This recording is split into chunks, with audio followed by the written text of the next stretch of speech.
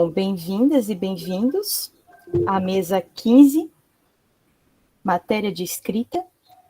Essa última mesa do primeiro dia da segunda semana do nosso evento. Nós vamos ter a Ana Salvinato, Jorge França e Gabriel Esteves e Leandro Henrique. Scare Belon Campos de Pierre. Desculpa se eu falei errado o seu sobrenome, Leandro. Então, eu passo a palavra para o Jorge, que irá apresentar primeiro, depois a gente segue a lista, né? Com a Ana e depois com o Gabriel e o Leandro, certo? Então, passo a palavra para o Jorge. Então, vamos lá, boa tarde, gente. Tarde virando noite já, né? Todas, todos, todes, enfim. Uma alegria estar participando desse evento, uma alegria ter sido convidado, né, por vocês para estar aqui. 10 anos depois, né, que começa o Seminário dos Estudantes da Pós, e no ano que eu lembro que eu estava na passagem entre ser estudante da Pós e entrar no colégio de aplicação, onde eu trabalho até hoje, e que, no fim, não consegui nem participar do seminário daquele ano direito, mas era uma ideia e era um desejo que a gente tinha quando era representante discente, né? Que as pessoas que frequentavam a nossa pós-graduação, né, com as diferentes orientações, linhas teóricas, pesquisas, etc., conseguissem conversar mais e se encontrar mais, né? Saber um pouco mais do que os outros estavam fazendo. E é muito feliz ver que isso continuou, né? Que 10 anos depois esse evento está aqui ainda. E ver que a gente, né, consegue olhar, mesmo que na distância imposta aqui pela pandemia, um pouco mais uns aos outros como pesquisadores, né? O quanto isso é importante para a pluralidade desse programa, né? Desse programa do qual eu sou egresso e outras pessoas que estão aqui também são e que, enfim, do qual eu gosto tanto, tem um vínculo tão especial. Bem, essa minha fala de hoje não é nada de definitivo, pelo contrário, né? As pessoas assim, pá, você trabalhou com isso? Eu falei, não sou especialista naquilo que eu estou falando, gente. Isso aqui tem a ver com um novo percurso de pesquisa. Eu estou há mais de 10 anos, né, no colégio de aplicação, e é muito comum, ou parece que a vida lá nos puxa muito, a trabalhar com temas que tenham diretamente a ver com o ensino, né, com o ensino de literatura.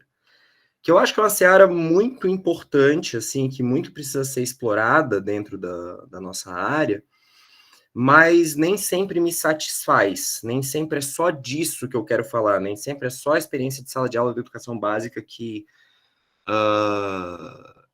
é meu assunto de preferência, né? Eu gosto de falar também e de pesquisar também outras coisas.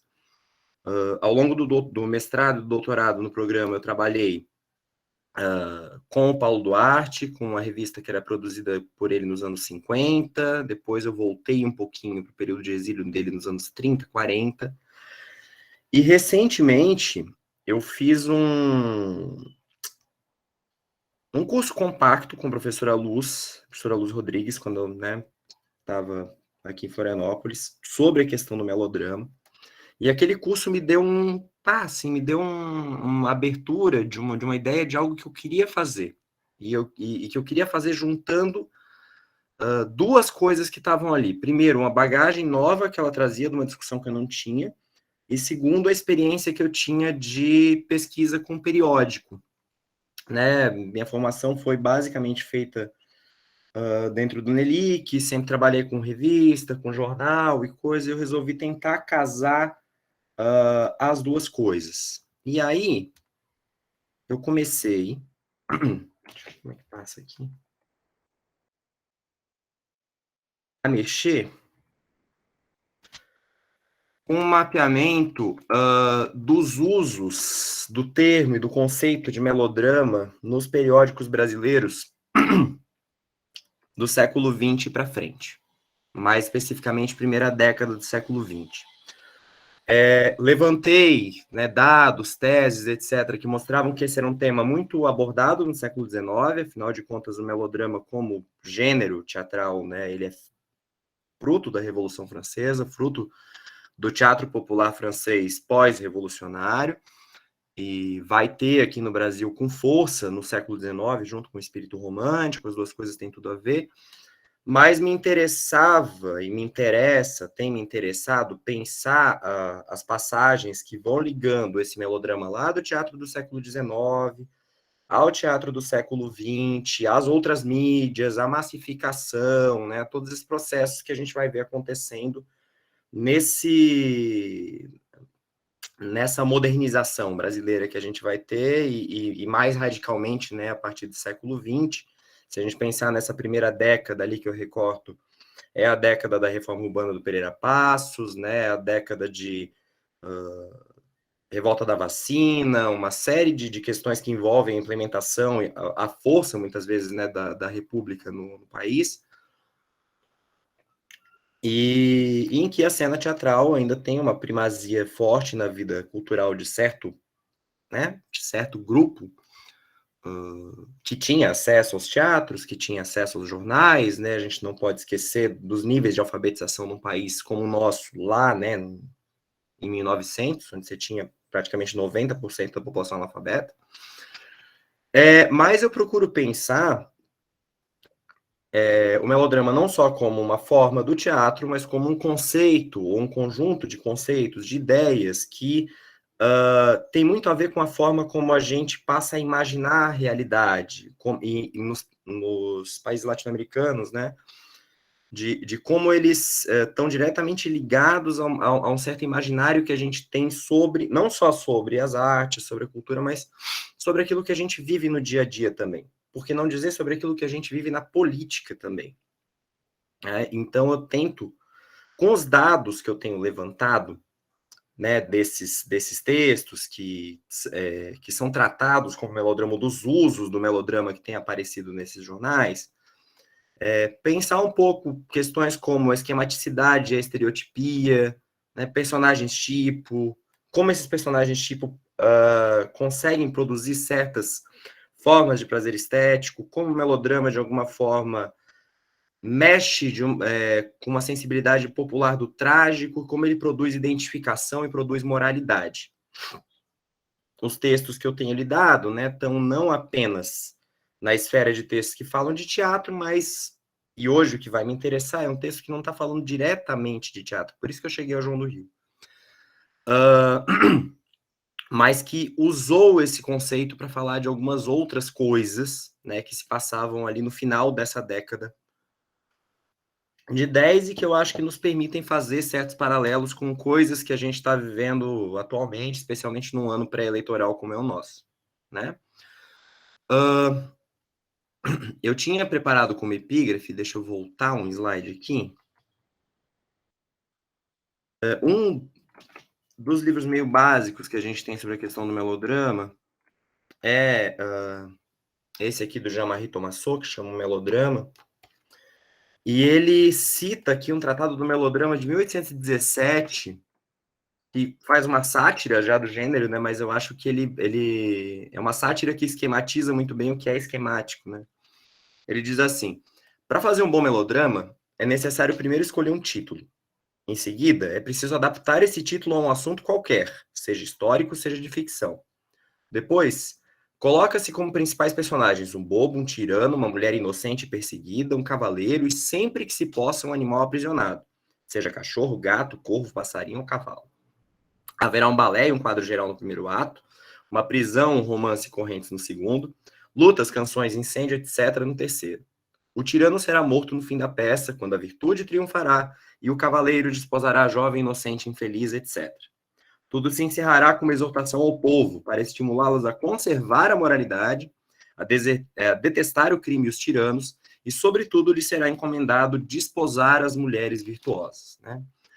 Então, aqui, esquematicamente, ele, né, satirizando, coloca algumas questões que são próprias, né, do gênero, e vai me interessar como isso vai aparecer, é disso que eu queria falar hoje aqui, num texto do João do Rio, que circulou no jornal A Notícia em 1909, não foi reunido depois, até onde me consta, em nenhuma das coletâneas de crônica do João do Rio, né? Então, um texto que restou ficou meio preso naquele lugar, né, do jornal de 1909, do jornal A Notícia, que foi um dos que a gente levantou em termos de pesquisa até agora.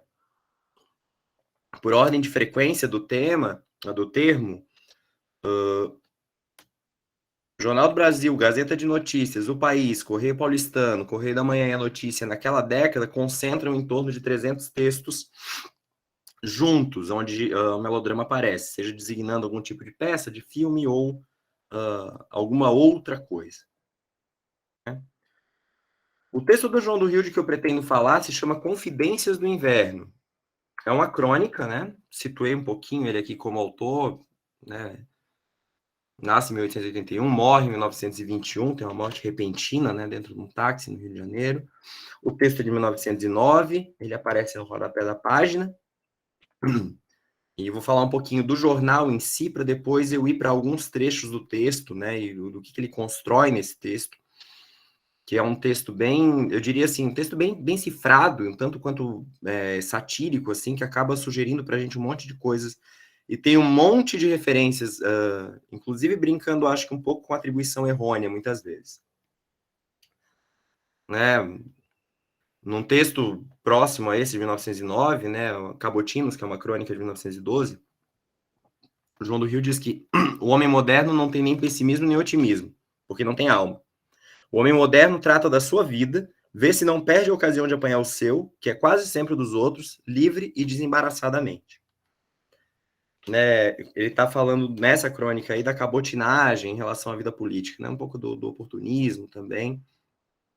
E essa crônica que está aqui, ela saiu assim no jornal, nessa diagramação, no pé da página, eu transcrevi ela toda também, porque aqui ela está ilegível, ela vai, aparentemente, tratar um pouco dessa vida dita frívola, dessa vida dandesca, né, da cena teatral, da cena social ali pela qual ele circulava, mas ela vai estar tocando e justapondo um pouco esse teatro com o teatro da vida pública, por assim dizer.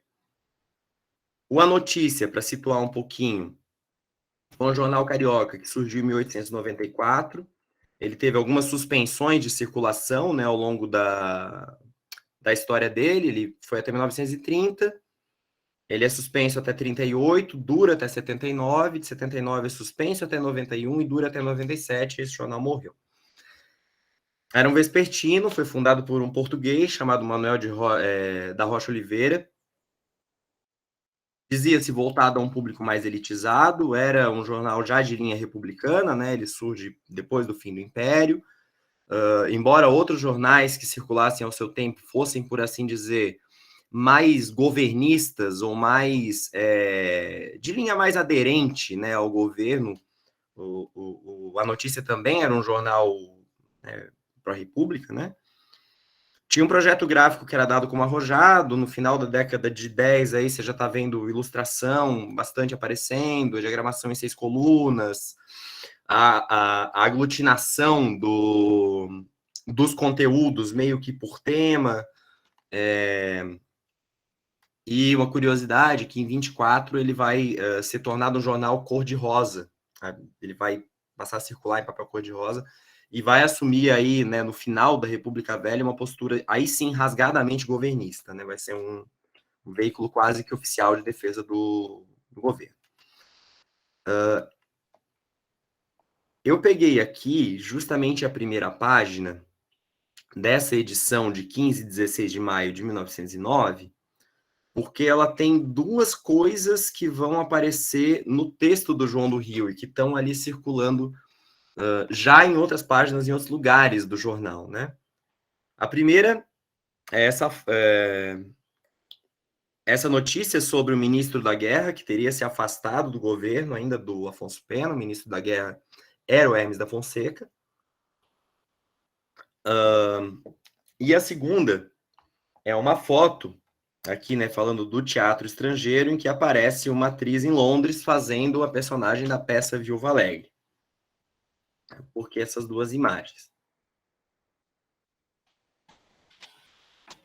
O que acontece nessa crônica? Eu gosto de uma ideia que o Raul Antelo, né, foi meu orientador, coloca no prefácio que ele escreve a João do Rio, que a crônica é uma espécie de janela sobre a cidade, né? Ela tem um pouco esse lugar entre o público e o privado, esse lugar de limiar, né, entre o que se passa na vida lá fora e na vida aqui dentro, né? Então, essas crônicas são como várias janelas abertas, né, para se ver o que há lá fora a partir de onde se está lá dentro. O narrador dessa crônica, ele arma uma espécie de diálogo com o inverno, ele personifica o inverno e ele vai dizer que esse inverno é a graça da cidade, que a cidade do Rio de Janeiro só tem graça no inverno, que é um tédio no restante do ano, né? Porque é no inverno que vai vir a primazia dos hábitos de elegância e, fundamentalmente, vai ser durante o período do inverno carioca que, nesse momento, eles vão estar recebendo uma série de companhias teatrais estrangeiras.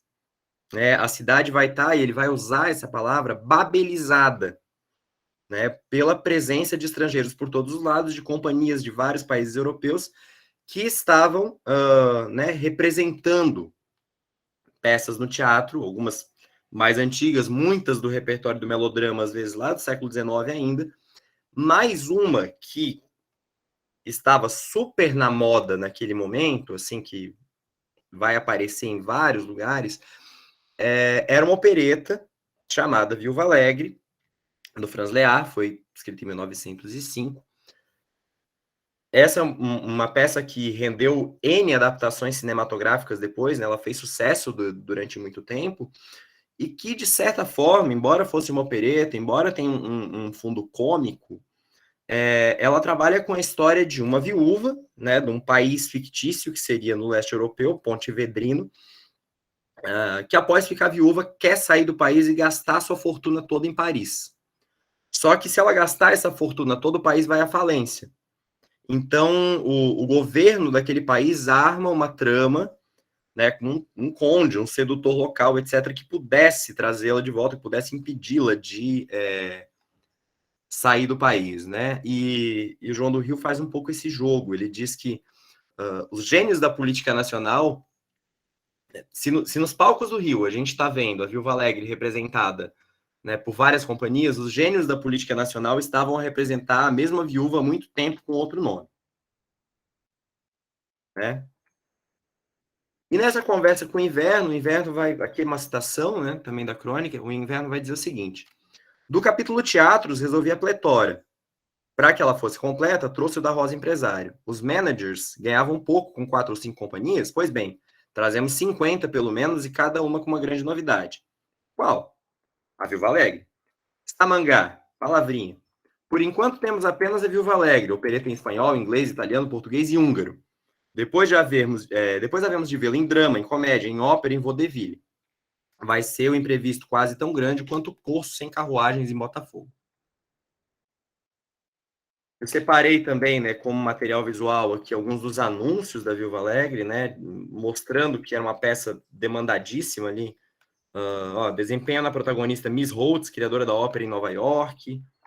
Palace Theatre, né, dizendo que hoje a pedido La Viúva Alegre e El Raton. Ou seja, isso ficando praticamente no mesmo número do jornal, você tem essa série toda, né? Você vai ter ela no cinema depois também, com muita força e tal. A crônica vai seguir. E aí ele vai começar a trazer alguns personagens da vida política brasileira nesse momento, né? E fazer esse contraponto aí com a Viúva Alegre. O Inverno falando: meu caro, você sabe, o destino é como Pinheiro Machado, o único caso celeste do mutismo em questão de confidências, com uma única diferença radical entre o dono do mundo e o dono dos pampas de alguns ponches. O destino teria muito o que dizer. Ou seja, está satirizando, né, o Pinheiro Machado, que aí era um senador que tinha papel-chave, né, no no jogo político, em especial de bastidores no país, né? Assim, o destino age e não quer perguntas. Sou inverno cheio de perguntas, porque de tal forma se entendeu que eu fosse. Não queria trazer, hein? Para vocês, porque tudo esmorece. Eu não, eu recolho. E hoje, bem se pode dizer que quando o inverno recolhe, baixa o pano sobre a comédia revista drama da cidade. Ou seja, não é só o teatro nos palcos, né? A vida pública também é teatro e representação. Os deputados partem. Pinheiro Machado vai para Caldas, Campos, o Rio Grande, prepara um reentrée triunfal feito por seus amigos, os teatros fecham, os jornais murcham, os crimes diminuem, os raptos e adultérios tornam-se raros. É uma calamidade. O fim do inverno seria justamente o fim de toda essa agitação, né, da cidade moderna. E mais adiante, que ele vai traçar a comparação dos candidatos, sutilmente, ou dos pré-candidatos, com com esses gêneros teatrais, né, que circulavam também nos palcos. Né, ele vai falar que os artistas do Teatro Nacional representam a grande peça As Candidaturas. Ainda estão em meio do primeiro ato. A grande peça As Candidaturas é shakespeariana, montepaniana e bissoniana. Confunde os gêneros. Sim, tem de tragédia, do melô, drama, e do vaudeville. As cenas como a do oferecimento das candidaturas pelos 4 embaixadores mais o cunhado do quinto. Verdadeiramente de vaudeville, mas é antiga como as fazia Labiche, com cópias. Há outras de melodrama. Mas é tragédia como Júlio César, do grande Will, porque há o movimento das massas. Atores principais, o jovem galã e o velho galã. Candidatura é o de menos, porque nesse ato o principal é saber quem tem maioria.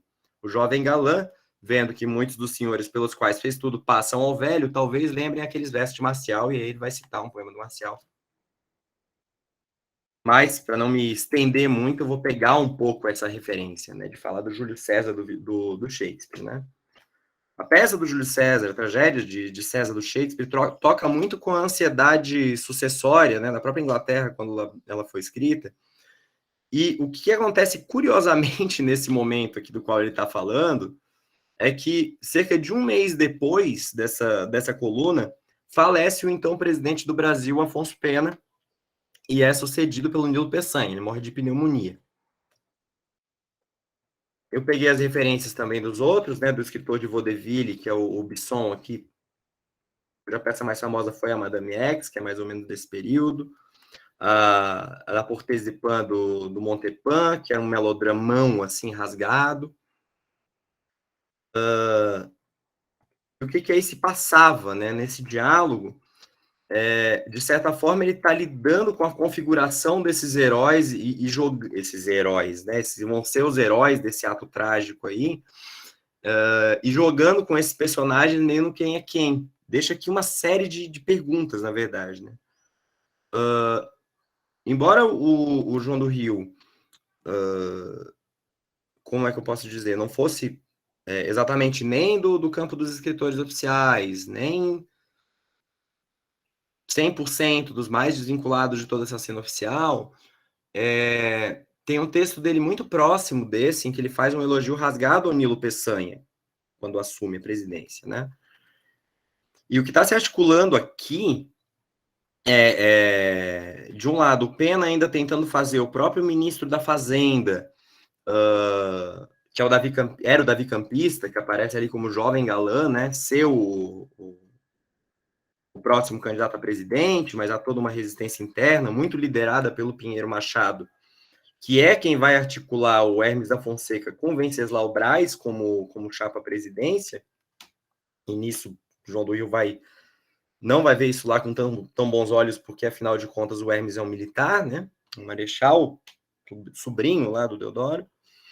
E do outro lado, você vai ter acontecendo ali toda a campanha civilista do Rui Barbosa, né? Que muitos dizem que basicamente foi quem inaugurou a maneira moderna de fazer campanha no Brasil.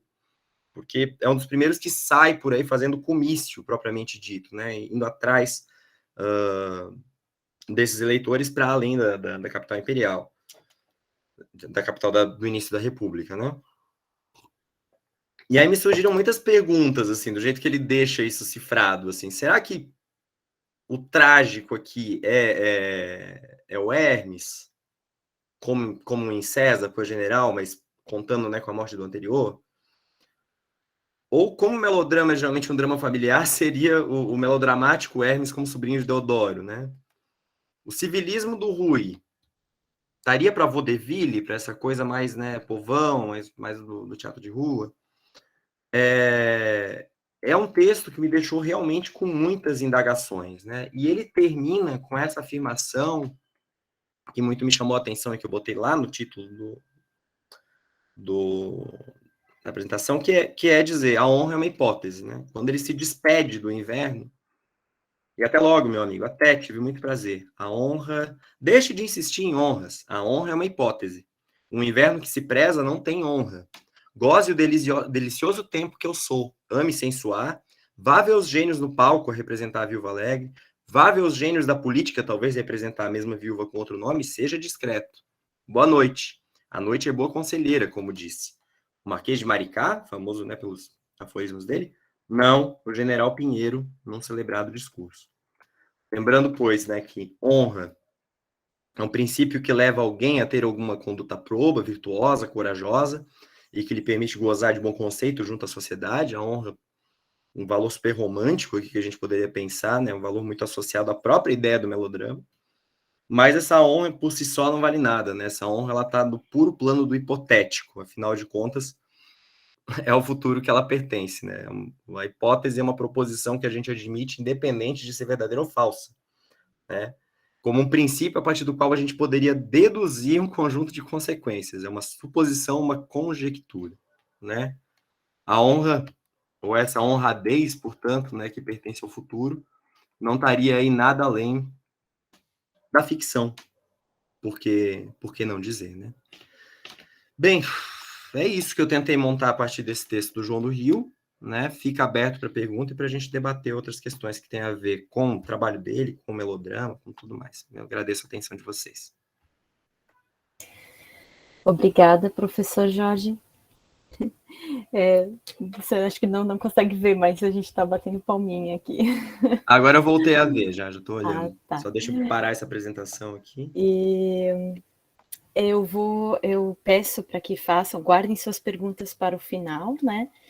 E já passo a palavra para Ana, que eu falei o sobrenome errado, Ana Viana Salviato. Eu confundi, eu juntei o Viana com Salviato, me perdoe. Eu não falei só um parênteses da minha felicidade, que é estar dividindo essa mesa com, né, um estudante que passou por mim no ensino médio, que é o Gabriel, com uma estagiária, que foi a Suzy, com uma pessoa de cuja banca de TCC eu fui, que é a Ana.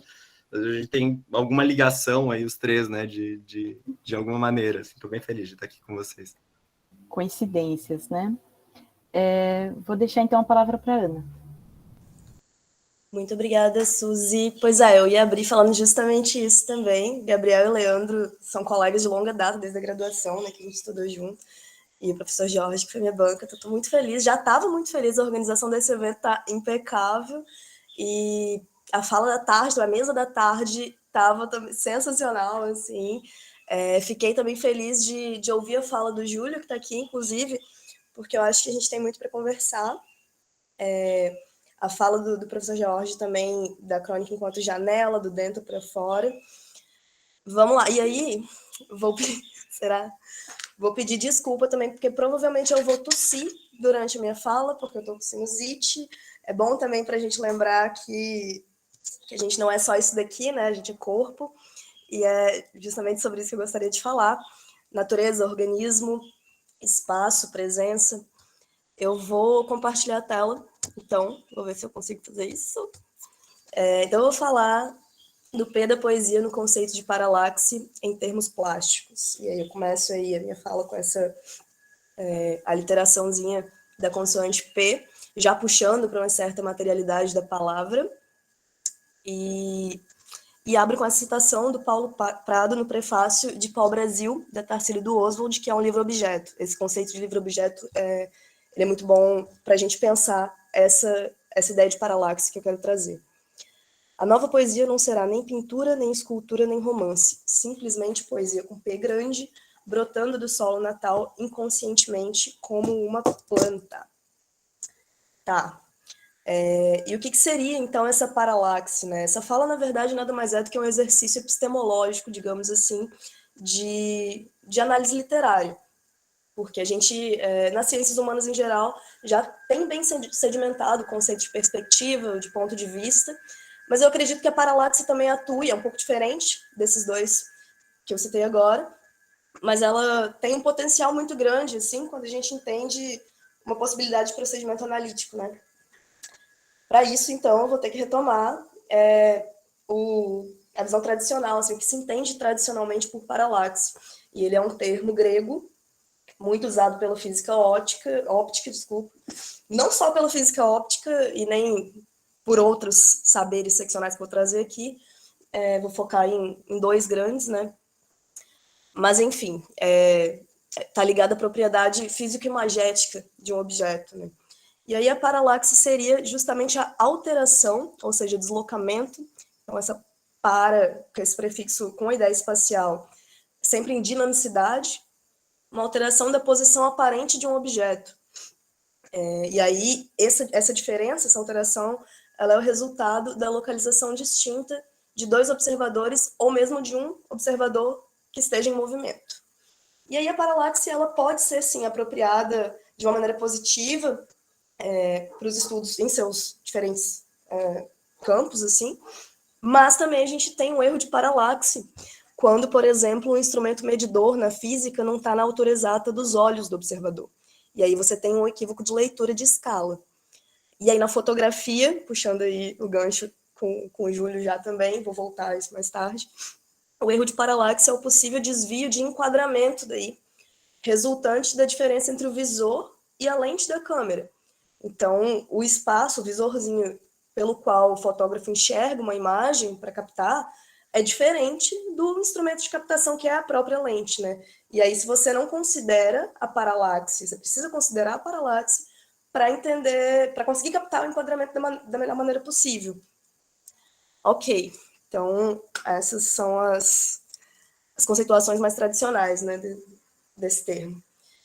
E aí a gente tem também uma aplicação muito interessante dentro dos estudos etnográficos, né, na antropologia. A paralaxe é estudada na técnica de navegação conhecida como marcação por terra. Pela marcação por terra, a gente consegue, aliás, os pescadores conseguem determinar a geolocalização de pesqueiros, identificando marcos terrestres em alto mar. E pesqueiros são lugares assim submersos, né, então você não consegue ver, em que os peixes vivem, habitam, tem maior quantidade ali de peixe, portanto, maior potencial de extração e, enfim, recurso mesmo de pesca. Tá. E aí uma breve citação do Gabriel Barbosa e do Rafael Devo, os dois professores ali da antropologia da UFSC, do PPGAS. A marcação por terra de um pesqueiro resulta da combinação de dois alinhamentos formados por pares de marcos terrestres distintos, que podem ser uma árvore, ponta de morro, duna, qualquer coisa discernível na paisagem, à distância, quando você está em alto mar, né?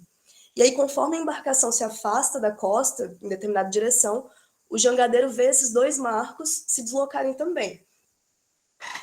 Tá, mas por que eu estou falando disso tudo, né? Essa técnica, ela prescinde de equipamentos eletrônicos e magnéticos, o que culminaria aí numa determinação estática, uma geolocalização mais objetiva, mais totalizante, né? E é uma técnica ensinada pelos pescadores de maneira oral, às vezes como segredo de família ou mesmo de tripulação, né? Porque não é do interesse dessa tripulação que mais gente saiba onde esses pesqueiros estão localizados. Se a gente pensa daí, terminando esse pequeno desvio de rota, se a gente pensa num mapa ou em outras representações em coordenadas, na cartografia mesmo, a perspectiva assumida e apresentada pelo mapa é a de um observador externo com vista aérea, pretensamente totalizante e objetiva, independente das perspectivas locais. E aí, se na cartografia tradicional você tem uma interpretação absoluta dos objetos representados, ou seja, um mundo situado de modo estático e inequívoco, quando se considera a paralaxe de movimento, o observador agora atinge um status de participante, uma vez que seu próprio corpo está inserido no ambiente, não só na perspectiva visual do indivíduo observador, mas de seu percurso enquanto matéria física, enquanto organismo, o caminho, essa rota que ele vai traçar para chegar ali num ângulo X, considerando os marcos terrestres, né? Enfim, P de poesia e P de paralaxe. Para aplicar, então, a paralaxe, a paralaxe enquanto um procedimento crítico literário, a gente precisa estender essa compreensão da perspectiva física e imagética para uma ideia de cosmovisão, né, óbvio. E aí, por isso, eu retomo, então, essa ideia do livro-objeto, por conta mesmo da subversão em relação à materialidade, sabe? E aí vejo também o livro-objeto como um espaço artístico de descoberta. Essa citação é da Tânia Veiga Gildar, na dissertação de mestrado, analisando pau-brasil, inclusive, né? O livro-objeto pau-brasil. Tá. Então, beleza. Segundo Tânia Veiga Gildar, o eixo narrativo convencional vai apelar para a linguagem escrita e o estímulo visual, ainda em alternância. Então, você tem uma espécie de sucessão, ainda que em retorno, desses dois aspectos.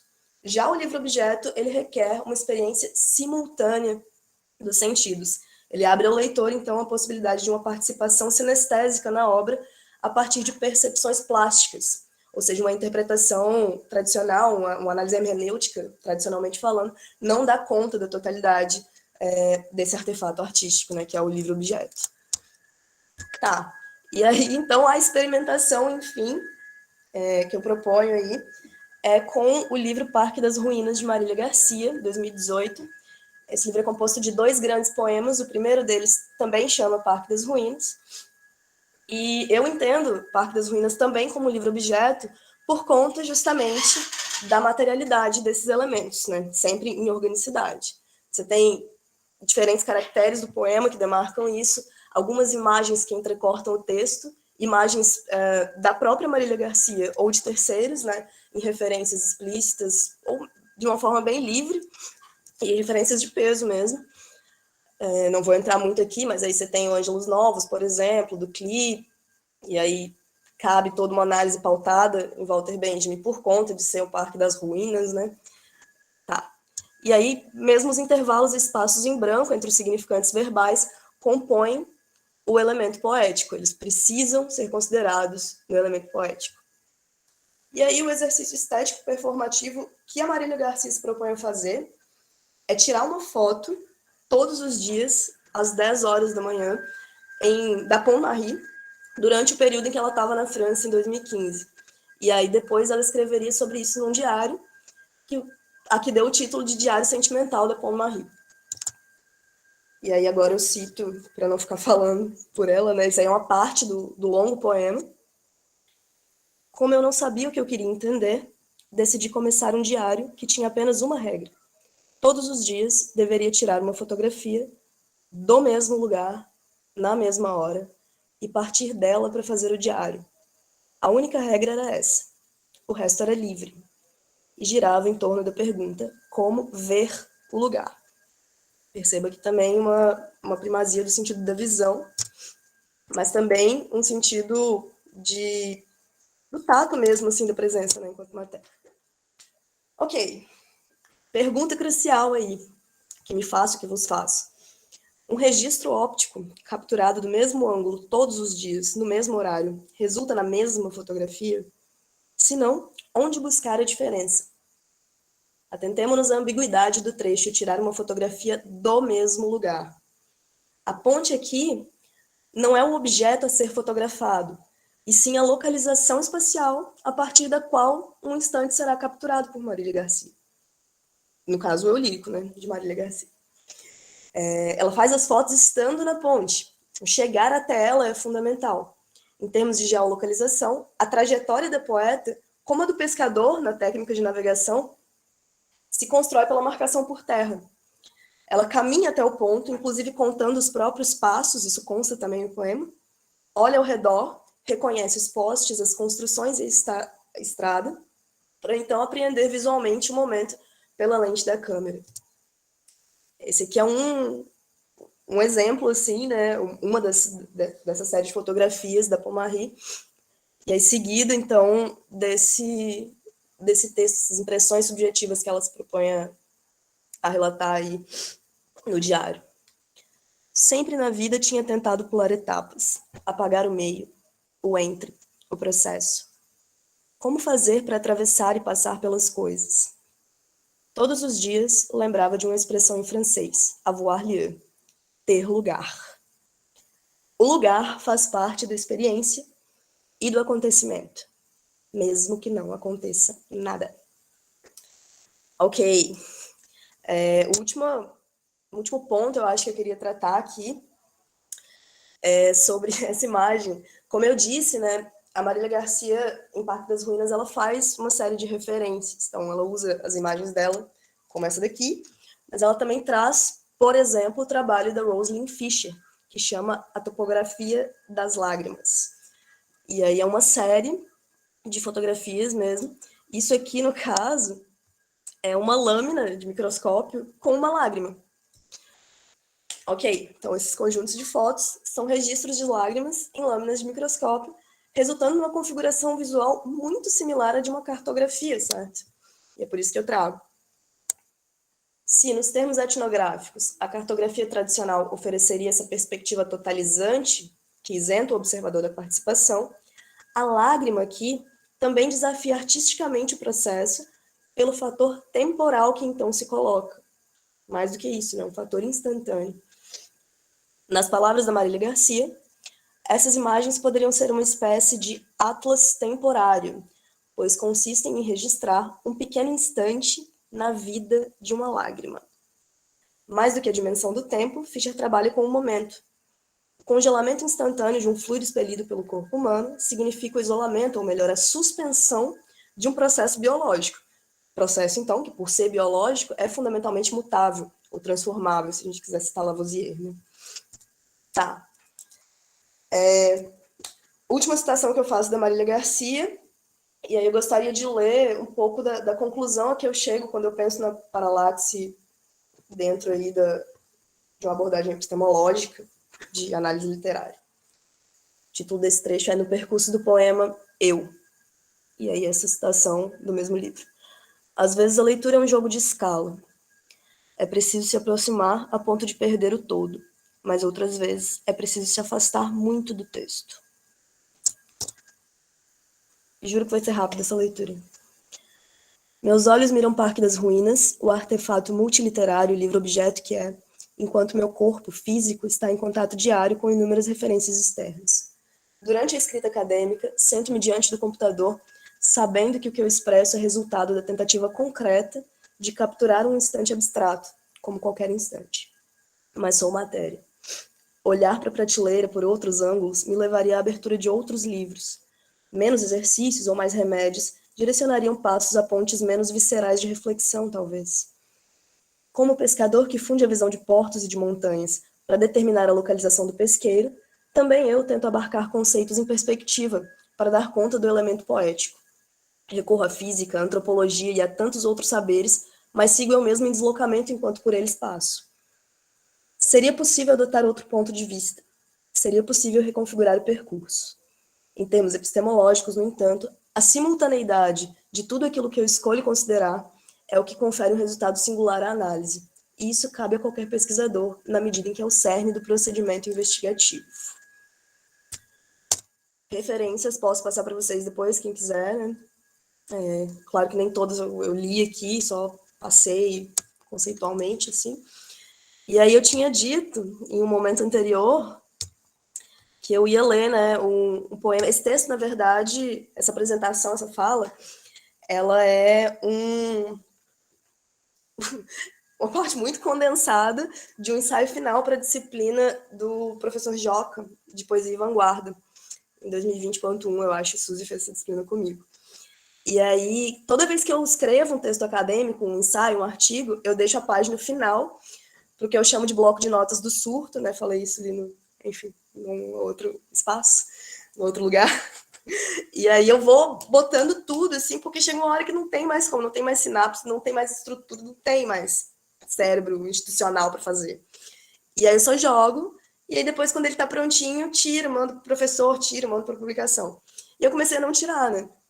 Esse em especial eu deixei, e aí não vou ler agora, porque eu acho que talvez eu já tenha estourado até meu tempo, mas se der eu posso ler no final, assim. É isso, gente. Obrigada, Ana. Eu acho que você pode ler sim. Eu acho que sim, pode ler. Agora ou no final? Agora. Agora? Tá. Agora. Eu vou, então, não estava preparada. Eu vou compartilhar a tela de novo. Eu nunca li esse poema em voz alta, tá, gente? Então não sei como é que vai ser, não. Acho que não vai ser muito bom, não. Tá. Lembrando que esse ensaio eu fiz, agora virou, tá na tese, né? Esse ensaio eu fiz na pandemia, então eu tava mouse. Então considerar isso também. E aí o título ficou assim mesmo, Ensaio Paralático. Esse aqui é o espaço que deixei reservado, para quando não conseguisse mais pensar em termos ensaísticos. Vendo o texto com 10 páginas, me vem à cabeça que um áudio de 1 minuto e 30 segundos resolveria tudo. Esse é meu lapso, agora conectem-se vocês, eu diria. Mas nada é assim seccionado. Há algumas conexões em 1 minuto e 30 segundos. A fecundação, por exemplo, acontece em 2 horas, ou em até 48 ou 6 dias após o coito. E eu me conecto para todos sempre, eu e minha mãe. Além de mim, também sabe disso a instituição CAPES. É ela que, sem pestanejar, enviaria até a cidade de Vitória uma carta endereçada à progenitora de um ex-bolsista após sua morte trágica. Lamentamos muito pelo ocorrido. Dito isso, foram ao todo 25 meses de financiamento que agora precisam ser estornados, atenciosamente. Por isso não posso morrer antes de 2023. Hora de voltar ao ensaio. Com ele volta também minha úlcera, uma voz da boca do estômago que sobe ácido até o cérebro e questiona: o que mais podemos enfiar aqui para uma avaliação impecável? Me envergonha um pouco a pressão a que me submeto, para que uma nota se mantenha no teto, para que uma trajetória acadêmica exemplar, para, enfim, conseguir me provar 1 ou 2, 5 vezes, porque minha cara não ajuda e esse é meu maior privilégio. Foi o que eu vi ali certa vez. E de que adianta? De nada adianta. Um número irrelevante para um concurso público, um número irrelevante para minha já referenciada mãe, um número secreto, de que sabemos apenas eu e o secretário do Programa de Pós-Graduação em Literatura da Universidade Federal de Santa Catarina. Tudo porque eu tive um insight. Se eu conseguisse colocar em palavras o quanto aquilo fez sentido para mim, se minhas leituras de base não estivessem tão emboladas e amassadas, espalhadas por vários cômodos da mente, com exceção do corredor. O exercício ensaístico é um dobrar de roupas. O poético é ficar pelado. Deus que me perdoe, versos, vai assim mesmo. Agora sim, é isso. Beijos, tchau.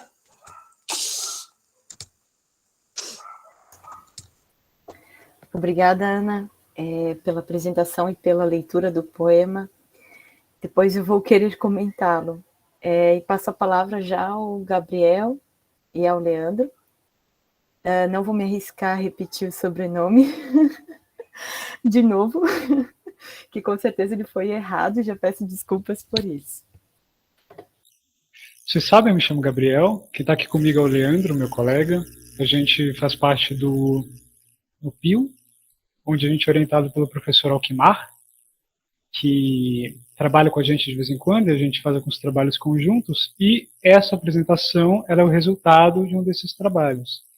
É uma apresentação muito simples, assim, modestíssima, e que é, digamos, a contraparte oral, ou a divulgação dos resultados de um trabalho que a gente fez, a partir de poemas inéditos do Alberto de Oliveira, que a gente encontrou em jornais da segunda metade do século XIX.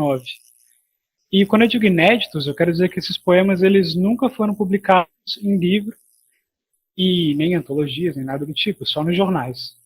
Eles revelam uma faceta muito pouco conhecida do Alberto, talvez obscurecida por ele próprio, que é a de poeta realista, ou pelo menos de um poeta que flertava conscientemente com o realismo. E isso é muito interessante, porque a gente costuma sempre pensar no Alberto de Oliveira como um poeta que inicialmente é romântico, ou romântico retardatário, como diz o Alfredo Bose, e que imediatamente passa para o modelo de parnasianismo, esse parnasiano distante da realidade, justamente, né? Enfim, a gente escolheu para essa apresentação 2 poemas que o Leandro encontrou nas pesquisas dele sobre o realismo brasileiro, e que, mais especificamente, são da época da Batalha ou da Guerra do Parnaso, que é 1878.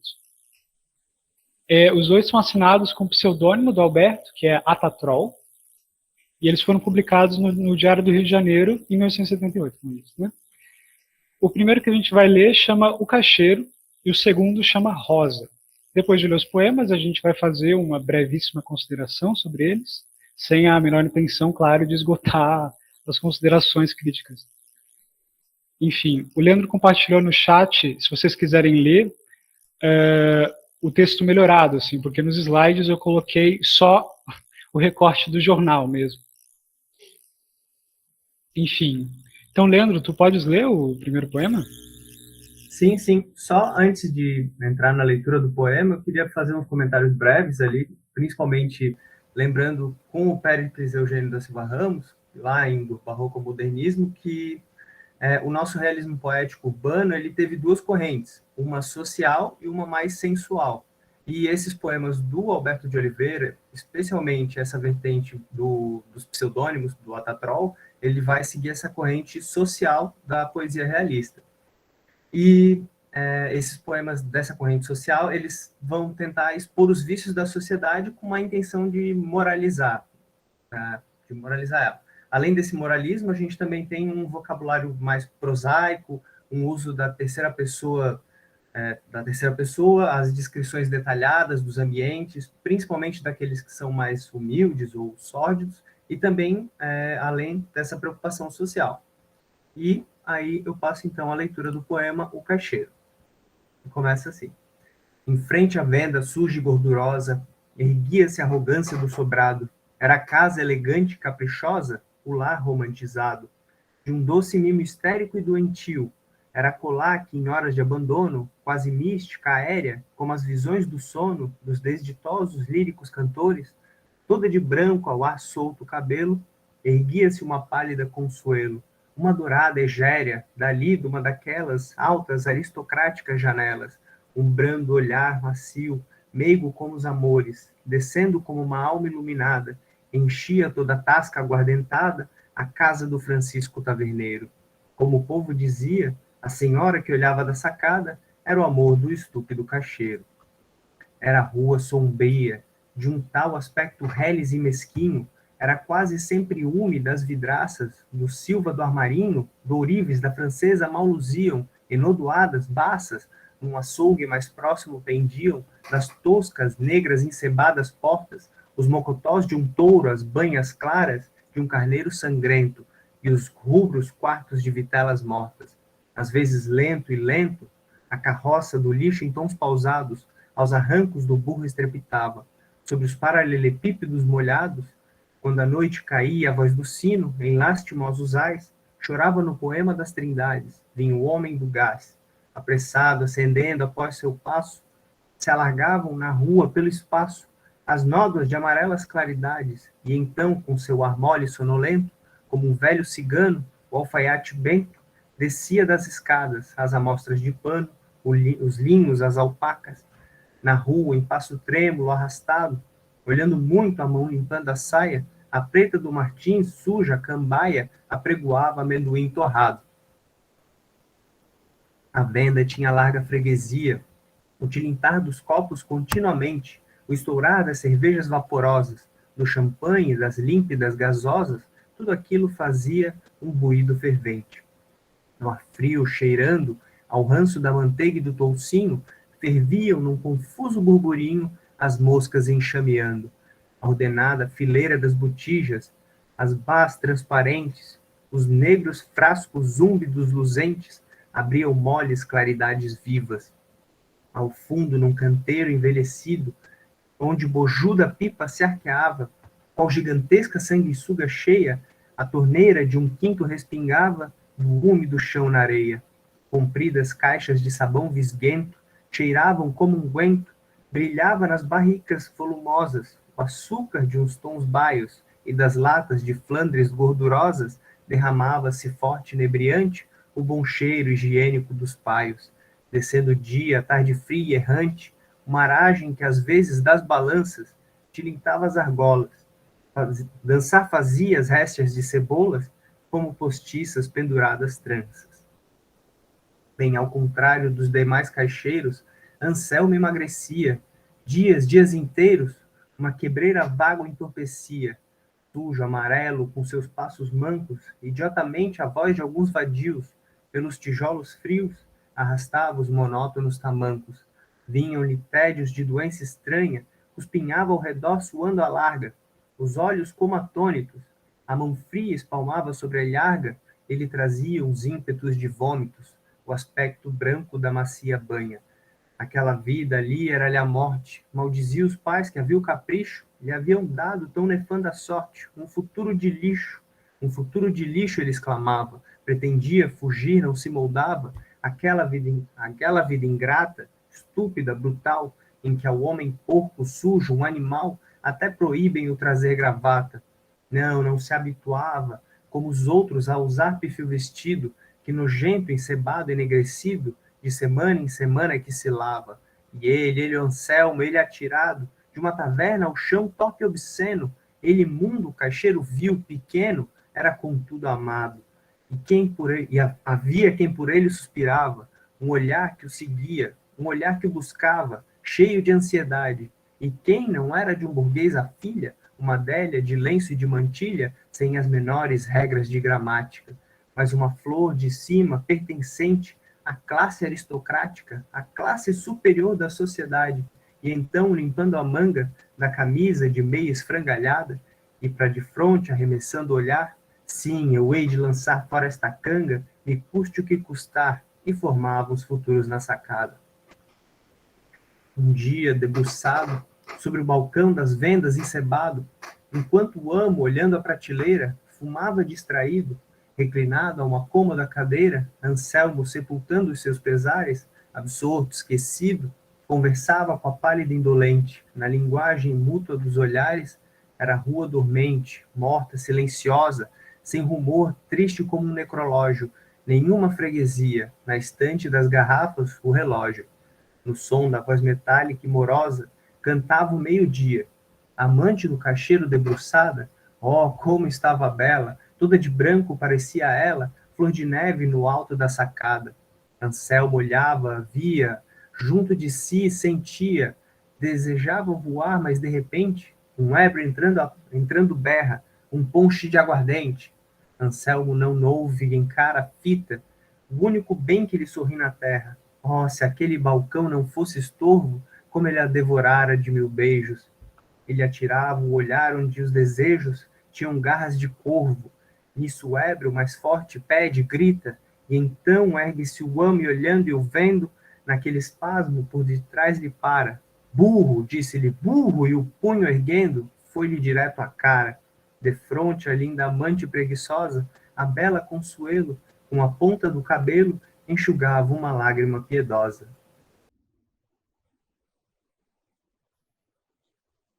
Então a gente vê que é um poema muito realista, muito diferente do que a gente costuma pensar no Alberto de Oliveira. Aqui a gente colocou algumas anotações críticas bem breves, que, bem, é uma descrição, né? O Anselmo, ele é um paupérrimo caixeiro apaixonado pela bela jovem que habita essa tal casa elegante e caprichosa, em frente à venda suja e gordurosa em que ele trabalha. A moça, essa quase mística aérea, como as visões do sono dos desditosos líricos cantores, encastelada no seu lar romantizado de um doce mimo histérico e doentio, é a encarnação do ideal romântico. E o Anselmo aspira de perto, do outro lado da rua, que é o lado realista da rua, digamos assim, é a rua sendo o próprio espaço realista, mas embalde ele é tragado pela realidade.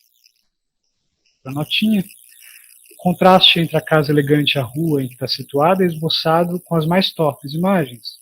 A rua ela possui um aspecto reles mesquinho, com vidraças enodoadas e baças, o açougue de onde pendem os motós de um touro, as banhas claras de um carneiro, tem toscas negras encebadas portas, a carroça do lixo que passa levado pelo burro, o homem do gás que acende os candeiros, a venda suja e gordurosa, enfim. Não vou ler tudo isso, vocês ouviram tudo isso no poema, né? É tudo terrível. E essas são as notas a esse poema. E agora a gente passa para o outro. Eu pediria, por favor, para que o Leandro lesse também, porque eu não consigo ver aqui na apresentação. Estava sentado à mesa, era o almoço, sol por toda a casa, miserável de um teto quase rente, um teto de pobreza, entrava como um hálito de brasa, confortável e quente. Ao muro sujo, velho, esfuminhado, suspenso a um prego torto, uma moldura triste havia um quadro, onde se via um Cristo macerado, de joelhos no horto. Um cabide de pinho, emagrecida, saia suspendia na brancura do linho, e a cama ao lado erguida aparecia, com seus lençóis das pulgas respingados, sujos e desleixados, deixando ver-se do chão grosseiro a palha descosida. Era ainda cedo e Rosa aborrecida, num tédio que lhe vinha, detestava o aspecto dos manjares, espreguiçava os trêmulos olhares, deitava o chá, tomava a colherinha, ia-o bebendo aos goles, mirando a porcelana e as franjas moles da toalha de linho.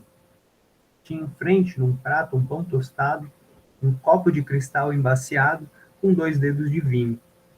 E do sol à luz meiga, com largo tom de gema derramada, derretia-se um jato de manteiga ao fundo de uma xícara quebrada. Rosa era alta, morena, triste, esguia, de uma cor doentia, como a cor de uma santa, trazia um chale manta que escondia a magreza de seu peito. O cabelo desfeito, muito liso, corrido, lustroso, abandonado, com as pontas de um castanho desmaiado, punha-lhe um rasto d'óleo no vestido. Estava muito triste, muito vaga, pensando nele, via-o sobre a cama, na sua dor eterna, gemendo noite e dia de uma chaga que lhe alastrava quase toda a perna. Ele era rude e forte, era quem dava o pão quando a noitinha, suado, arfando do trabalho vinha, atlético, robusto, como o achava belo, e agora a morte, esse assassino, lhe roubara, de certo Deus é injusto, ou é cego o destino. Depois, doente ali, quando chegava, para curar-lhe a ferida, ele tão bom a sua voz amada, se reclinava um pouco na almofada e lhe estendia a perna dolorida. E quando ele morreu na noite, quando, lhe ardendo aquele inferno desvairado, ele pediu chorando que ali mesmo deitasse-se ao seu lado, e morreu-lhe nos braços, e já havia quase um mês que ele fora, então doentia, levava-se sem ânimo abatida aquela inútil, desolada vida. Também ela sentia não lhe sobreviver por muito espaço. E como, cheia de íntimo cansaço, lançava os olhos para janelas toscas, onde num vidro baço um inseto zumbia, tonto da luz do sol que ressequia o excremento das moscas. Vinham de fora os cantos do trabalho, a rua alvoroçava-se distante, se espalhava no ar calmo e vibrante o retinir metálico de um malho, e aquele som plangente, contínuo, repetido, se abria como um cântico dorido no grande dia embalsamado e quente, despertando do espasmo sonolento, deixando a mesa aborrecida e fia. Rita, por um momento, como a ponta de febre, pôs-se à janela e foi olhar o dia. Na rua cheia, alegre, cruzavam-se operários mal vestidos, indo ao trabalho, as pedras das calçadas, coloridas do sol e risos francos, vinham no ar perdidos, nos botiquins das vendas arejadas. Uma poeira d'ouro circundava a torre de uma igreja, luz vibrante, brilhava a cal dos grandes muros brancos. De volta do mercado, passavam as francesas romanescas, conduzindo num cesto pendurado verdes repolhos, hortaliças frescas, e da casa da frente, suja e informe, num cachimbo fumando, saía o carcamano pela rua, as pernas aleijando e curva o peso da canastra enorme. À tarde, envolta no seu véu sombrio, procurando remédio, aquele grande abafadiço tédio, saiu à rua com seu ar doentio. Ia ver uma amiga, era distante, chegou cansada, arfando, e olhando muito número, parando, bateu leve na porta, suja, gorda, com o ar de quem se acorda, a voz fina, vibrante, abriu a uma mulher que se mudara, quem morava agora no estudante da escola militar. De volta a casa, vencida dos calores, tinha na face em brasa os tons da febre, as exaltadas cores, e a tarde abafada, larga, ardente, as calçadas luziam o ar quente, tinha como que um vasto anseio rubro, e pela rua larga desdobrava o grande sol de outubro, o sol que declinava uma toalha de ouro. De quando em vez o idoso se escutava, monótono rodar lento e cansado, de um tílburi arrastado por um cavalo hidrópico e doente, tresandando a suor que tropeçava, partindo os cascos na calçada ardente. Muito chegada ao muro, Rosa vagar do passo mal seguro, e apesando os transes da existência, ela era só como um arbusto inválido, numa planície estranha ele surgia, o aspecto mau, esquálido, da miséria sombria, da miséria sem nome, o mundo, os precipícios, e a garra nunca desse abutre, a fome, que muitas vezes ceva-se nos vícios, e de uma ideia lúgubre assaltada, ansiosa, quejante, alevantou o olhar trêmulo, errante, cobrindo-o após com o lenço. Em umas casas baixas, miseráveis, e recendendo incenso, umas mulheres vis como as cadelas, que chafurdam nas ruas, abjetas, nojentas, quase nuas, com os peitos pendurados das janelas, riam-se bestialmente sensuais a uma ovação de ditos imorais. Lívida, então, tremendo, aquele quadro horrendo, afigurou-se-lhe um açougue enorme, onde a miséria, carniceiro informe, a miséria tirana, expõe todos os dias postas de carne humana, e deitou ao fugir louca sentino, vendo no seu destino a sorte da Lisette, uma francesa, amante de um cadete, e viúva pejada, o olhar doentio, como a esplêndida boda, abriu casa no largo do Rocio, e entendo o filho foi deitá-lo à roda. Enfim, de novo, um poema bastante realista, esse mais moralista que o outro, né? E aqui eu coloquei mais algumas notinhas. Em rosa não há, como no Cacheiro, que a gente viu, contraste entre os lados realista e romântico da rua. Prevalece aqui o prosaísmo dessa miséria doméstica. O Alberto ele retrata o dia de uma mulher triste, esguia, entediada, empobrecida pela morte prematura do companheiro e abatida pela inútil, isolada vida que lhe restara. O retrato da Rosa em casa, apertado entre muros velhos, pregos, tortos, lençóis encardidos, ele é moldurado por uma cena de urbe decadente, corrida entre o excremento das moscas e operários mal vestidos a caminho do trabalho. Aqui a gente tem um contraste na miséria geral do poema. Por um lado, a Rosa leva a miséria com pureza e com sofrimento. Por outro, as prostitutas elas levam isso com perversão, entre aspas, né? O moralismo aqui é evidente. Resistindo à tentação imposta pela pobreza, a Rosa ela preserva a castidade. Mas até quando a necessidade se impõe, a Rosa vive um dilema no poema. Ela vê o seu destino naquele açougue enorme dos prostíbulos e ela se espanta e corre. Enfim.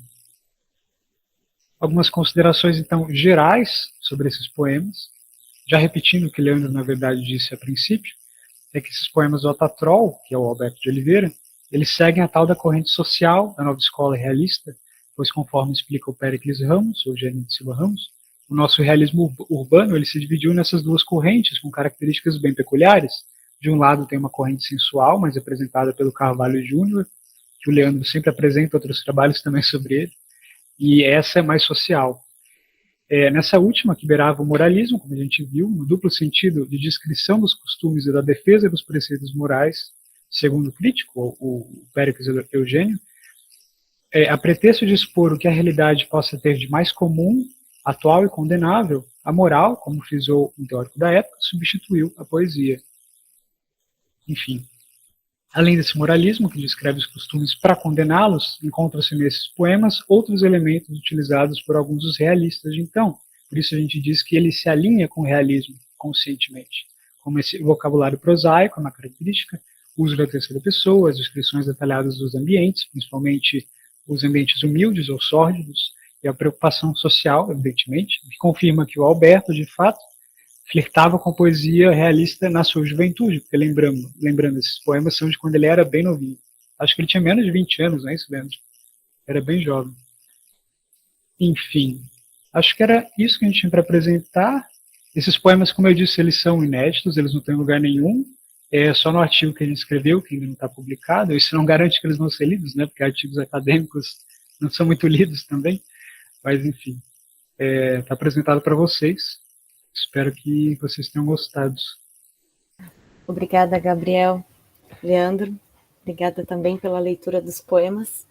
Quando eu crescer, eu quero ler poemas como o Leandro leu. De uma forma muito boa. Agradeço, então, aos três e abro para as perguntas. Vocês podem levantar a mão, abrir seus microfones, colocar perguntas no chat também. Enquanto o pessoal vai pensando em suas questões, eu queria comentar o poema da Ana, porque eu fiz a disciplina com você, né, do Joca, e li também Parque das Ruínas, e como você percebeu, que eu também percebo isso, também entendo assim, uma busca por entender o meio, né, o procedimento, a forma da espera da coisa ser feita. E foi tão bonito seu poema, porque foi também o meio, né? Enquanto você estava escrevendo, você estava refletindo sobre isso, sobre o porquê de estar fazendo isso, pensando sobre outras coisas que implicam estar fazendo um trabalho acadêmico em meio a uma pandemia. E então, achei muito Marília Garcia, muito Garciano, agora vou inventar esse adjetivo, Garciano da sua parte, fazer um poema sobre questões a respeito do meio, no meio, né? Enquanto estuda o meio da poesia, a forma do procedimento da Marília.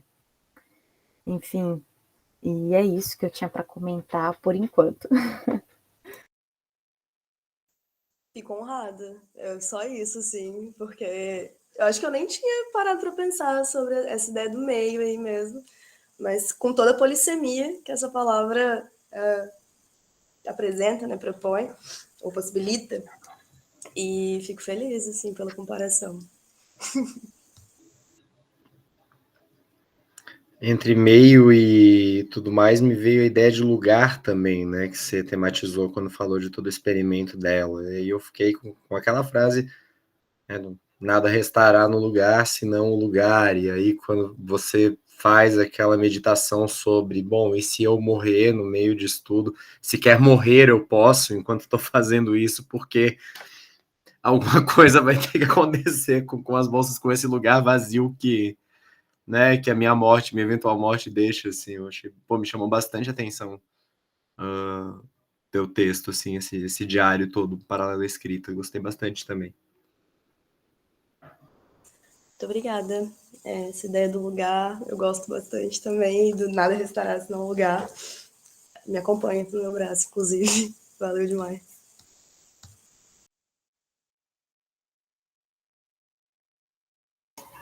Eu achei as três falas, elas combinam no sentido de análise lexical, sintática, de obras literárias, mas eu achei que as apresentações entre o Jorge, Gabriel e Leandro combinaram bem mais, assim, porque também trazem essa questão da ficção mostrando a realidade política, social de uma determinada época, que não é muito estudada, né? Pelo menos eu não estudo muito sobre isso, e aprendi muito com vocês. E enquanto o Leandro lia os poemas, eu lembrei de um pequeno textinho que se chama Janela de Esquina, do meu primo, que é do Hoffman. E como é bonito, como no poema é construído essas cenas que parece mesmo que você está andando na rua e vendo elas acontecendo, né? Pequenas cenas sociais que são desdobradas nos poemas. Achei isso muito interessante. Muito, muito interessante. E cenas sórdidas, né? Cenas sujas, né? Enfim. Eu achei bastante narrativos os poemas também, né? Uma coisa bem que me chamou bastante atenção, assim, tem um componente descritivo muito forte, que é frisar essa sordidez, mas curiosamente são dois casos de poemas longos que contam uma determinada história se passando ali, né? Que podiam não ser narrativos, inclusive podiam, né, descrever uma cena suja, sórdida da rua e não é assim. E baita descoberta, né, em relação a um poeta que tem uma imagem tão consolidada de outra coisa, assim, também estão de parabéns como pesquisadores, né, de levantar um dado como esse, assim. Boa noite. Desculpa, pode falar. Não só boa noite, Jorge, Ana, Gabriel, Suzy, pessoal aí.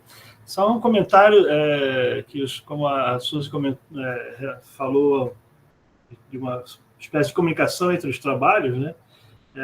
Me chamou a atenção também que todos eles, de alguma maneira, passam uma ideia de flanerie, né? percurso, de caminhar na cidade, né? Em momentos diferentes de um século, né? E observando aspectos diferentes de uma construção social, né? Tanto desde o João do Rio, o poema realista, e esse outro poema, né? Que é um poema bem contemporâneo, dessas coisas que a Marília faz, né? Que é algo bem difícil de encontrar par, né? Nessa escrita da Marília Garcia, né? Parque da Ruína, Câmera Lenta, enfim, dos resistors, teste de... outro, esqueci lá o nome de resistors, né? Resistores, teste de resistores. Isso, capa roxa, né? Então, há um percurso de olhar nessa paralaxe, ela parte também desse experimento do diário da Marília Garcia, mas ela, de alguma maneira, afeta o olhar dos outros escritores aí, chamados para o baile, né? Para esse passeio, né? Dessa distorção que se faz a partir do conceito, da honra, ou dessa questão né, dessa sujidade, né, ou dessa poeira no olho da sociedade diante dos prostíbulos, enfim. Né, ou seja, todos eles muito benjaminianos, aí, né, que poderiam ser abordados desses aspectos de passar pela cidade, né, seja atravessar a ponte ou ficar parado na cabeceira dela, né, ou na cabeceira da cama da puta, ou ainda na redação do jornal. Então, foi legal de ouvir e quero parabenizar os trabalhos aí. Bom, isso. Ainda sobre a marcação por terra, eu já participei de pescaria, então é bem isso que se falou mesmo. Eu acho que é diferente um pouco da marcação do olheiro, que ele está mais de terra, vendo o movimento do cardume, e quando se está no pesqueiro em alto mar, né, não tão alto que se possa ter um ponto de referência da terra, tanto para pescaria quanto para largar uma rede, né, a rede de espera, a rede fundeada, se coloca um rumo, né, para quem está no leme, vai mirando um edifício, uma árvore, uma ponta do morro, como a Ana falou, para largar a rede na água. Né? Então é um movimento bem interessante, um golpe de vista, e às vezes realmente esse deslocamento da paisagem é muito legal de perceber quando o barco também é levado pela força da maré. Então, bacana isso.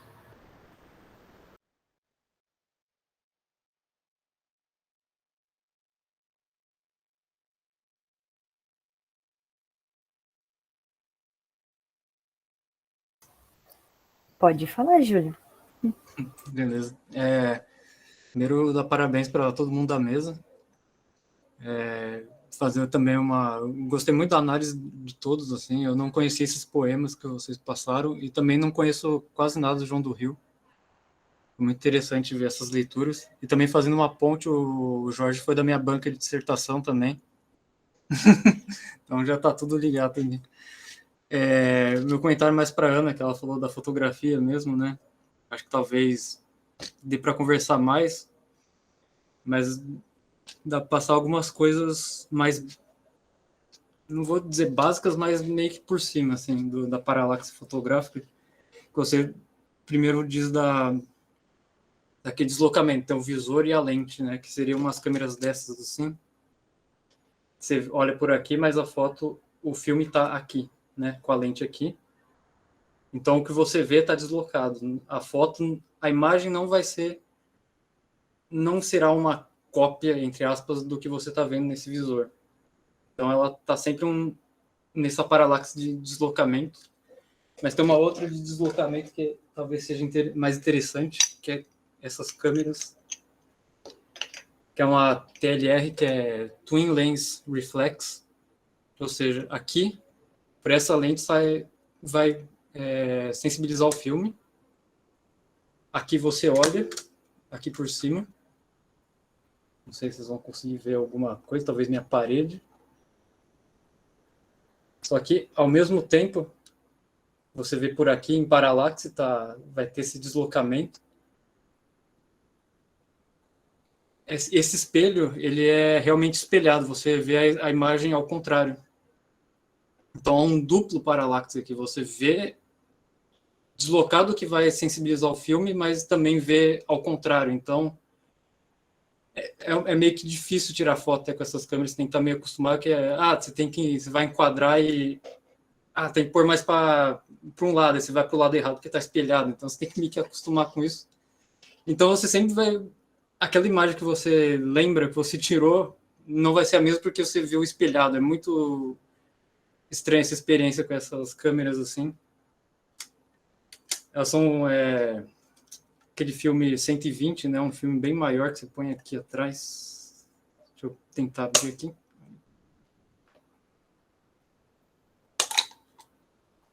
Assim.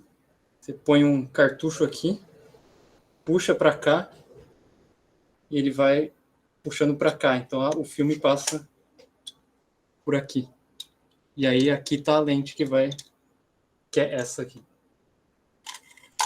E aí daria para pensar em uma outra paralaxe que eu não sei nem se o termo existe, mas seria uma paralaxe temporal, que são com essas câmeras mais comuns, que é uma SLR, Single Lens Reflex, que ela só tem uma lente. Então o que você vê, você vai tirar foto, está vindo dessa lente mesmo, através de um espelho. Só que não é espelhado com a outra câmera, então você vê realmente a imagem que você está enquadrando. Só que o problema, que é aí o que eu falo do paralaxe temporal, é que quando você vai tirar a foto, eu não sei se vocês vão conseguir ver, vou tentar pôr aqui. Viu que fechou? Ficou preto ali dentro? Acho que se eu colocar uma velocidade aqui. Porque na hora que vai tirar a foto, o espelho sobe e abre a cortina aqui para sensibilizar o filme.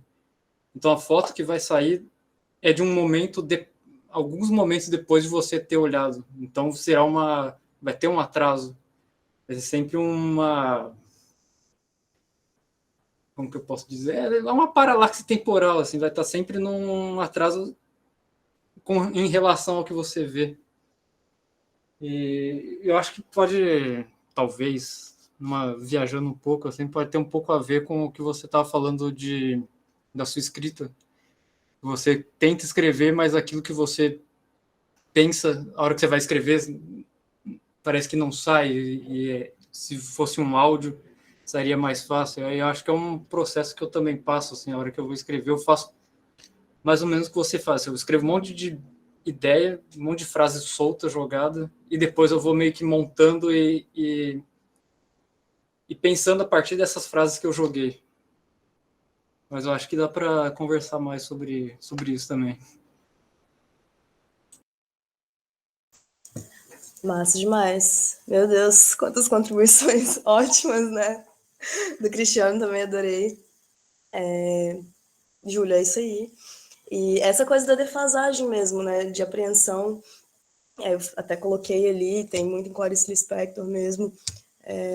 É um exercício constante, né? Capturar o da coisa. Você não vai conseguir, você nunca consegue, porque o instante já passou. Desculpa, gente. E, enfim, aproveito também para falar, gostei muito das outras duas falas. Eu não conhecia. Quero que o Gabriel e o Leandro publiquem o artigo logo, porque eu gostaria de ler e revisitar. Mas entendo também um eixo mesmo que compõe a mesa com essa ideia de percurso, essa ideia de caminho, de observação mesmo, né? Não só no aspecto visual dissociado de um corpo que está ali, principalmente no caso das orgias, por exemplo, mas considerando fundamentalmente esse corpo. Entendi, tá bom. Muito bom. Estou aprendendo várias coisas. Estou anotando várias coisas também. Alguém gostaria de falar algo, fazer alguma pergunta? Uma coisa que eu não mencionei muito, assim, estava pensando na apresentação agora, é que para aquele momento do início do século, o melodrama já é visto como uma espécie de teatro antigo, estrangeiro e a ser evitado. Então, a crítica mais hegemônica do teatro, tipo o Arthur Azevedo, principalmente, etc., vai tacar muito pau nos espetáculos de melodrama, mas, ao mesmo tempo, vai ter que notar que eles fazem sucesso. E é a raiz da radionovela, é a raiz da telenovela, né? Enfim, ainda no palco. Então, quando o João do Rio está pensando nessa categoria, né, de que há candidatos de melodrama, ele está pensando um pouco nessa aproximação, imagino eu, do candidato como popular, dos candidatos trágicos, por assim dizer, que estão ali nessa disputa, né, por um lugar de sucessor que o Nilo não vai assumir. O melodrama sempre tem um traidor embutido também, por isso eu fiquei pensando uma série de coisas que tem a ver, né? A gente mais política de melodrama que Bolsonaro e afins, aí me parece que não, sabe? E o traidor e a vítima em praça pública, é uma narrativa melodramática total isso que a gente tá vivendo, assim. E aí ele faz, mas ao mesmo tempo esse uso que ele faz dos conceitos me joga para vários, sabe? Tá, mas ele tá aqui pensando em quem, será? Num ou no outro, né? Porque as categorias, elas parecem que são aplicáveis de várias maneiras. E, enfim, essa ponderação final que eu não fiz, que eu queria jogar, assim, né? De que a gente consegue ver essas formas do teatro nessa encenação toda da vida pública lá ou cá, né?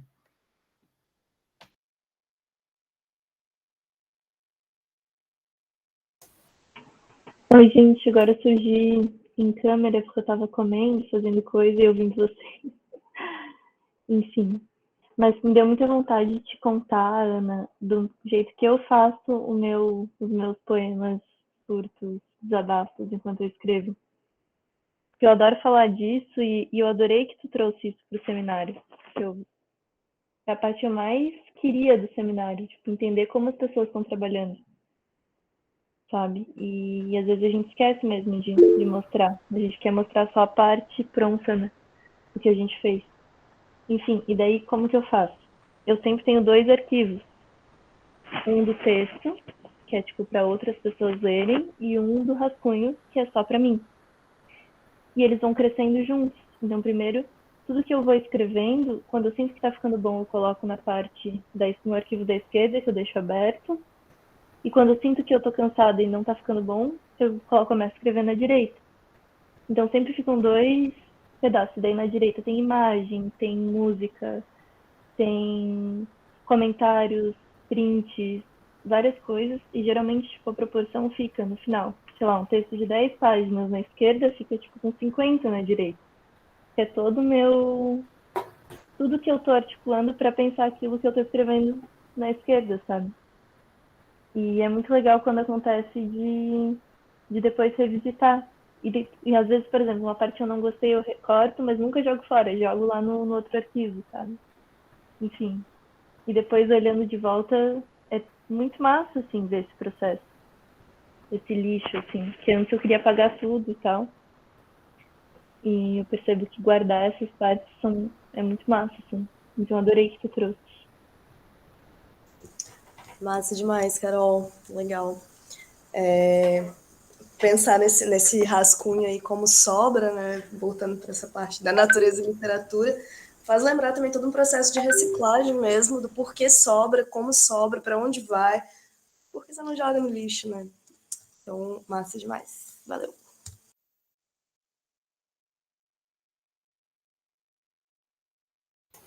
Cristiano, pode falar. Não, só me ocorreu uma coisa. A Carolina comentou a respeito dessa escrita confessional, né, do paralelo ao texto e esse poema também.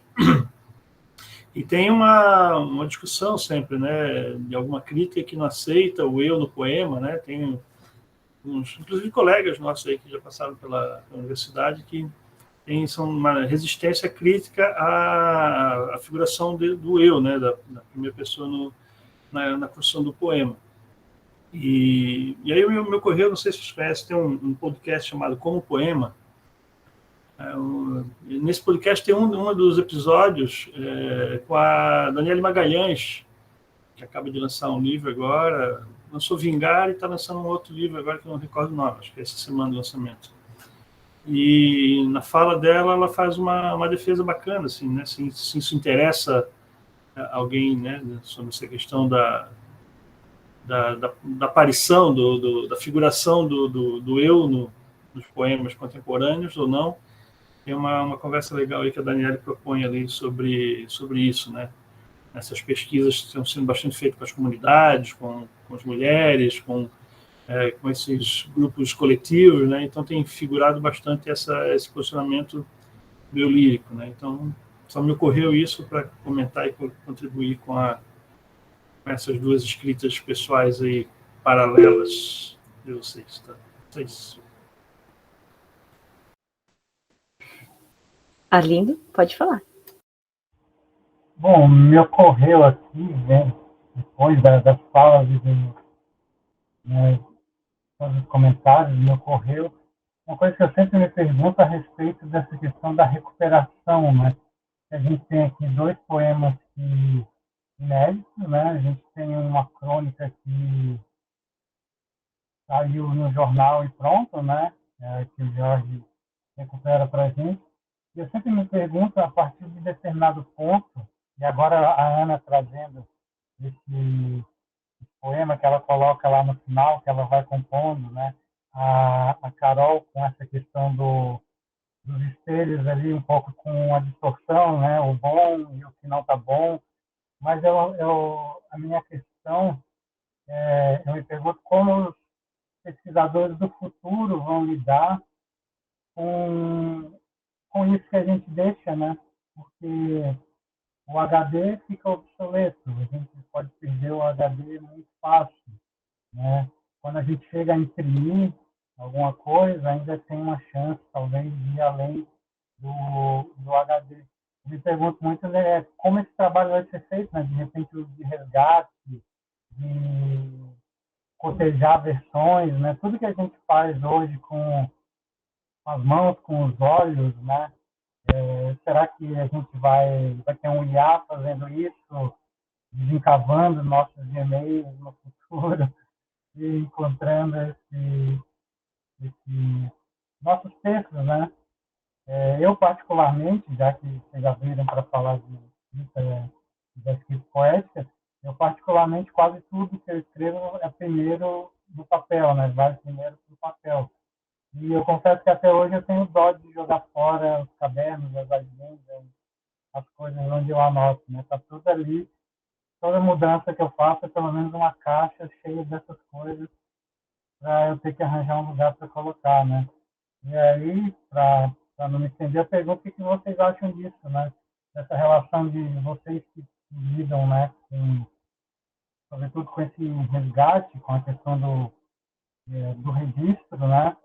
O que vocês pensam sobre essa viagem que eu tenho a respeito de provável futuro e de como isso pode influenciar no que seria hoje o nosso trabalho, né? Como será o nosso trabalho no futuro aí, talvez não muito distante, né?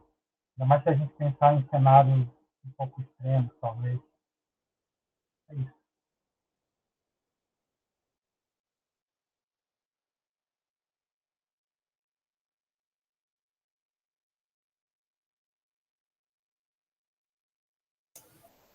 Eu acho que é uma pergunta muito complexa, Arlindo.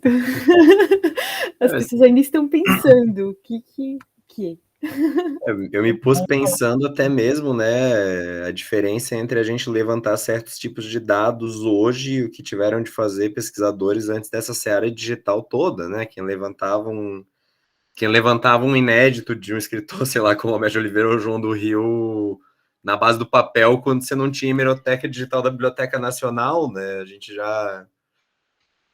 E ao mesmo tempo, enfim, 2 anos de pandemia, hein, fazendo pesquisa em casa e coisa, se não fosse isso, a gente também não teria nada a levantar, nada além, enfim, do que está publicado, do que a gente pudesse mexer em livro, né, etc. A gente consegue desencavar essas coisas enterradas aí também um pouco através dessas ferramentas. Agora, pensando assim em acervos futuros, né, de escritores que talvez vão deixar, né, morrem desavisadamente, não deixam senhas com ninguém, restam drives inteiros de coisas, né, perdidas que ninguém...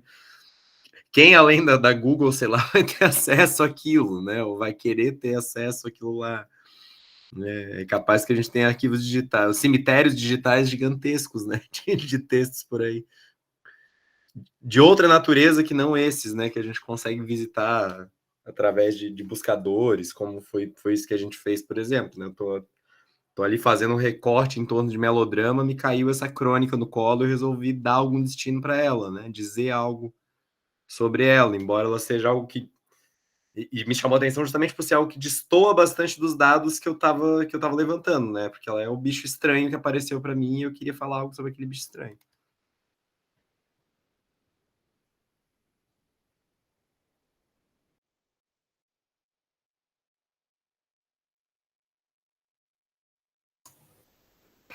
Mas alguém gostaria de comentar algo, fazer alguma intervenção? Ler seus poemas? Eita, daí a gente já vai ficar aqui até meia-noite, né? Né, Carol? Fazer um farol do seminário. Inimigos do fim.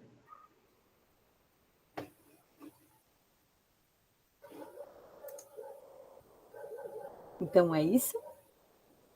Fechamos aqui, então, nossa mesa 15. E eu já gostaria de convidar a todos, porque amanhã nós temos mais mesas, e à noite contaremos com a presença do Cristiano e o Denis, que, se não me engano, também está aqui com a gente, está aqui assistindo essa mesa. Na mesa Sulco Poético, com o Cristiano Moreira, o Denis Radins e o Marcelo Reis de Mello. E é isso. Obrigada. Valeu, gente. Brigadão. Beijos, abraços. Foi ótimo estar com vocês. Tchau, gente. Obrigada. Saudades. Beijos. Obrigada, pessoal.